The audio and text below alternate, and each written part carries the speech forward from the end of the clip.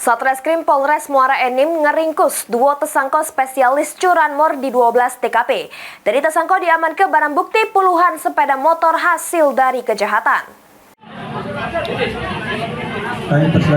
Satreskrim Polres Muara Enim menangkap dua tersangka spesialis curanmor di 12 TKP beserta barang bukti puluhan motor hasil dari kejahatan. Kasat Reskrim Polres Muara Enim, AKP Yogi Sugama Hashim ngatoke salah siko tersangka harus dilumpuhke dengan timah panas polisi akibat melakukan perlawanan pas ditangkap. Modus yang dilakukan tersangka dengan cara mendatangi rumah kosong atau kawasan sepi untuk nyari motor yang berada di depan rumah, kemudian ngerusak bagian stang motor yang mana motor palingan dijajoke ke daerah desa-desa atau kawasan Lubuk Mumpo.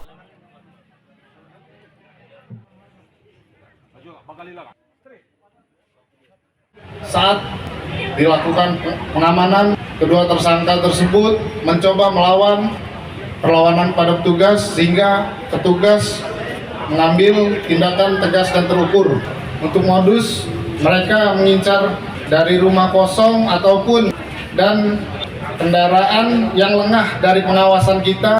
Mereka mendorong kendaraan tersebut dan merusak kontaknya. Dari jajoke motor palingan, kedua tersangka ngeraup keuntungan lebih dari 15 juta rupiah. Juru beberapa minggu terakhir, akibat aksi kejahatannya, kedua tersangka yang ngerupakan residivis kambuhan ini dikenal ke pasal 364 ayat 1, 3, serta 4 KUHP dengan ancaman pidana 7 tahun penjara. Mardiansyah, PAL TV.